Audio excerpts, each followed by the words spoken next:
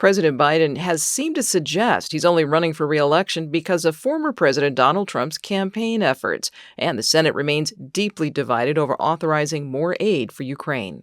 Good morning, I'm Corva Coleman from NPR News, and here are today's top stories. President Biden is centering his re-election campaign on the threat of a second Trump term.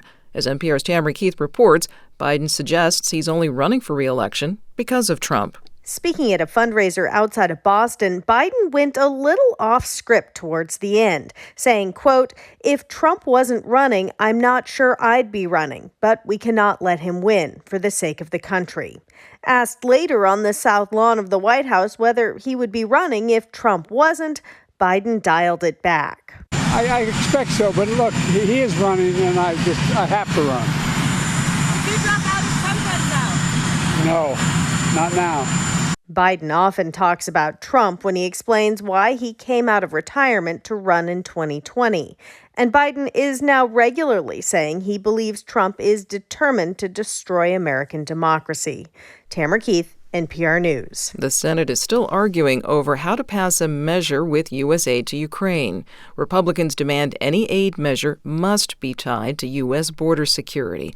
Senate Majority Leader Chuck Schumer blamed Senate Republican leader Mitch McConnell after a meeting on aid ended badly yesterday. It was immediately hijacked by Leader McConnell. The first question, instead of asking our panelists, he called on Langford to give a 5-minute talk about the negotiations on border.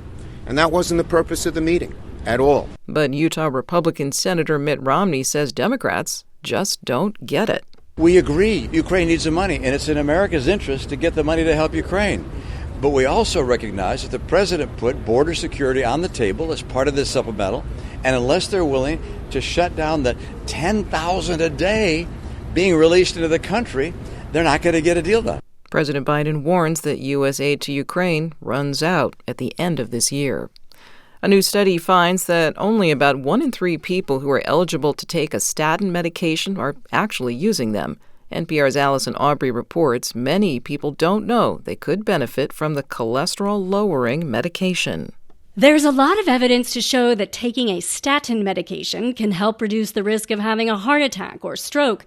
Yet primary care doctor Tim Anderson of the University of Pittsburgh, who evaluated the use of statins among people nationwide, found over the last 10 years there's been a trailing off in the use of statins among people who are eligible due to high cholesterol or other risk factors that put them at high risk. That leveling off has even happened as statins have become more affordable.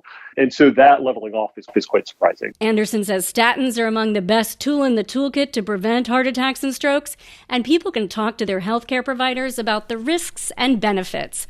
Allison Aubrey, NPR News. It's NPR.